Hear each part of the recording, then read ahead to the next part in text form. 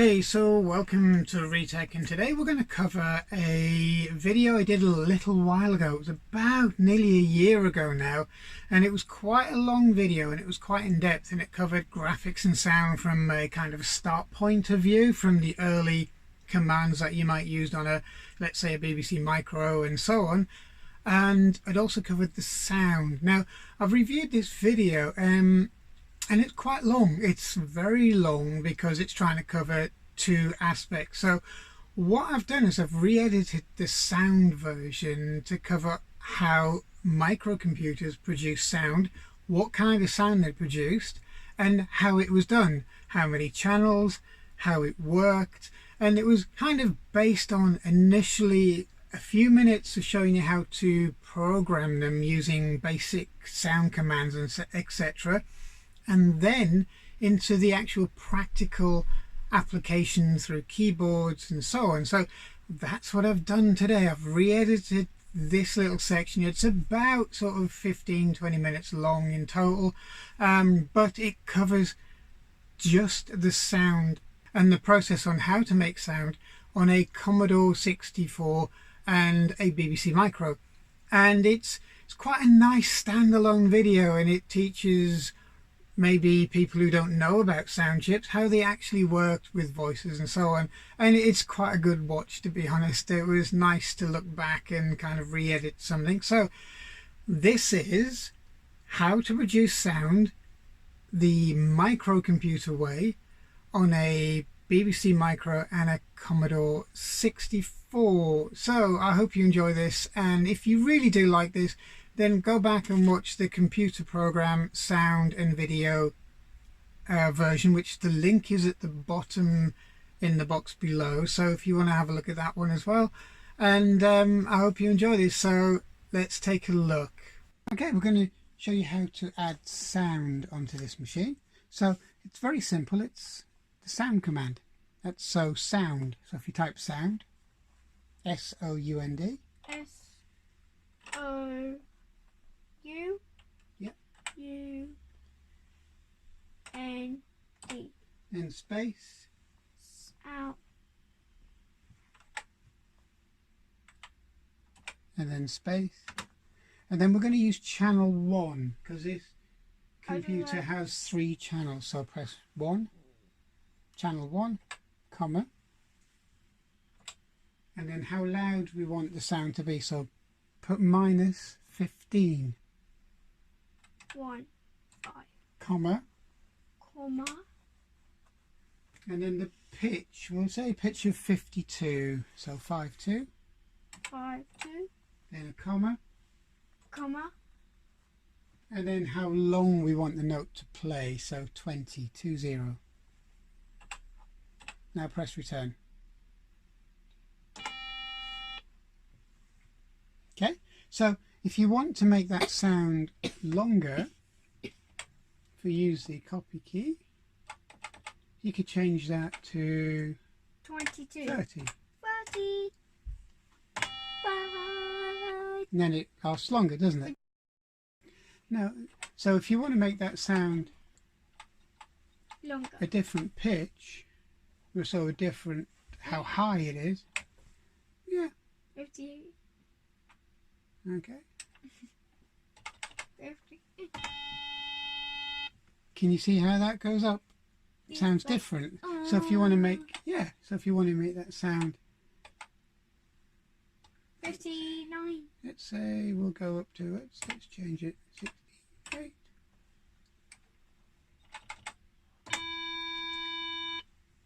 Okay, see how that works? Yeah. So now if we turn this into a little program by adding line numbers to it, we'll see what happens, okay? Right, so now you've copied all of the lines and it's now a program. So type run and let's see what you've done. R-U-N. We're done? Hmm?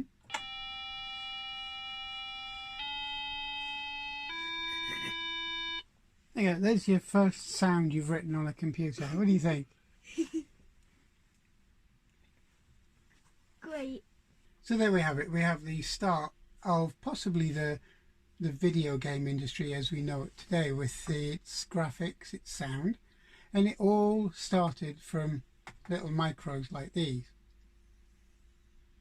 But today we don't seem to use sound chips anymore. Everything's sampled and recorded because we have the memory to do it.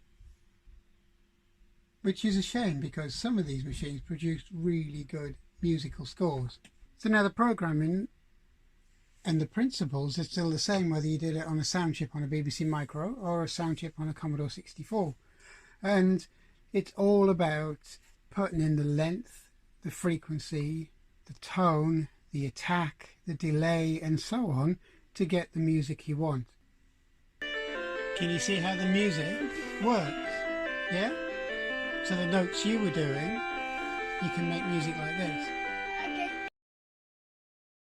How many sound channels do you think there are? Is it 1, 2 or 3? 3. Can you hear the different notes at the same time? So do you know when you're on the BBC and you put channel 1? Well, if you did channel 2 and channel 3, At the same time. you get different harmonies. So the program's already written on this, so instead of typing the program in, you can use this top row of the alphabet keys, QWERTY keys, and you can press and make your sounds. Off you go.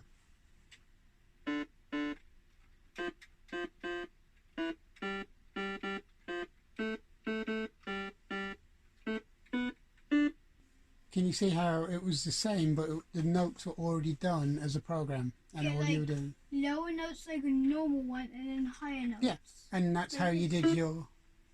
That's how you did your program. You started off and you added each tone as you went up. So you had 5 tones going on your little 5? program. Yeah, it went up, up, and up and up, didn't it? Yeah. But this one, because the program's already there, you can press the keys to make the sound. It's the same way of doing it, but you're just pressing a key instead of typing the notes in. Yeah. Now to make it easier,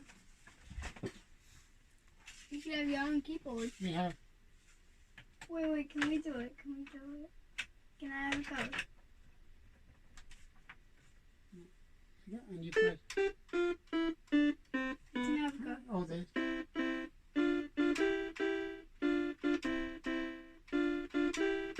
I Okay, have a go? so off you go. Have a go with the keys.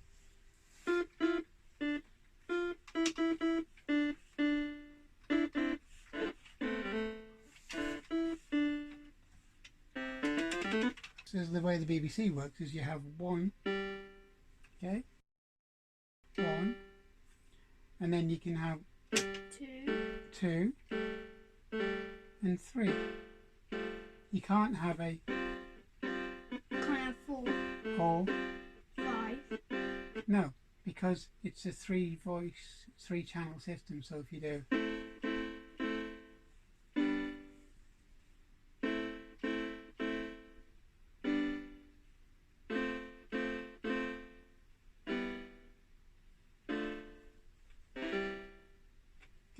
you can see the 3 voices working there. So you try with 1 note, then add 2, then add 3.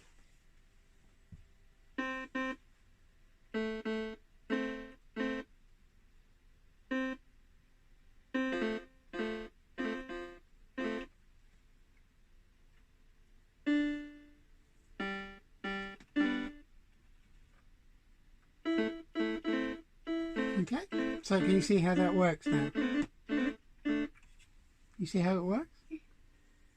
Now the Commodore 64 has 3 channels, as we say. You got 1, 2, 3. Okay? Because you can't have 4, 5 or 6 No, or 7. but it makes it polyphonic. That means you can play more than 1 note at a time. Okay?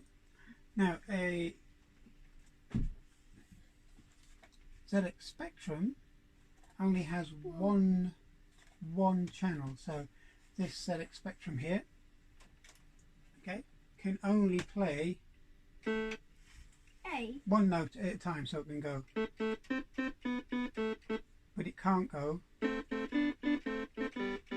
okay, so that's why the sound chip in a BBC Micro and a Commodore 64, and even a VIC-20 is a lot more superior to a ZX Spectrum. Wait, channels go only up to 3 or higher? No, you can have as many channels as the chip or the sound chip or the processor can allow. Modern or later synthesizers could have had 8 channels, so you could do 8 at a time. Right. But most computers at the time had either a 1 voice or a 2 voice channel. Or 3. Very few had a proper 3 voice channel. Okay, which means that on a 3 voice system like this, you can get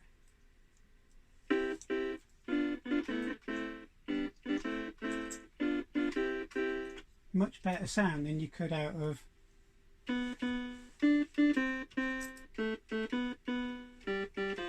It's really actually better when you use like 3. So a lot of the computers at the time just had 1 voice. The Commodore 64 on the other hand had 3 voices plus a noise channel, okay, to help with sound effects. And that's how games and programming with sound developed. But it all developed from those few little lines that you did on the BBC Micro. Okay, everything that you hear here is a program written in a similar way to what you did, but it means that when you press the key instead of typing run, it does that sound. Whoa. That's cool. That's super cool. So the program, the way they're written, okay, is instead of typing run for each instruction, the program's running telling it if you press this key to make that sound, this key to make that sound, this key to make that sound. So you don't have to type run, but it was the same as what you did. Yeah. By typing the instructions. And if you like press a button, yeah, like it actually makes a sound. Yeah. Like if you were to press A, or like a high note A, and then if you press a low note A, it'll just go really low. Yeah. It's like low bit and high bit. Yeah, and that's what you did. You went from low to higher on the little program you wrote. You're like, I was like dun dun dun dun dun dun dun dun. Like from highest to lowest notes. So that's how you program things to do things like this, the way you would earn it. Okay? That is just a program. Okay? That's just a program. Yeah, that does that sound. Okay? And that's just a program in the same way as this, my synthesizer here. Okay? Does exactly the same. Yeah. Because there's a computer inside of it that makes the notes. So if I so if I switch it on and I select, let's have a look, piano, and I just do some, okay, it's exactly the same. Okay, it's exactly the same as the program that you do on here. Okay? Yeah. This is a computer. And the principle is the same. Yeah, this is a computerized keyboard. Okay, so inside it's got a computer, and that generates sound via a sound chip, exactly the same as is on here. So yeah. a sound chip and a sound chip is the same, but this, the amount of voices that are on that keyboard because of the Commodore is 3 voices. Yeah. Okay. Yeah. 3 voices. Right, now listen to this one. Listen to this one. There's 2. There's 3. There's 4. Now if I add in a bottom one,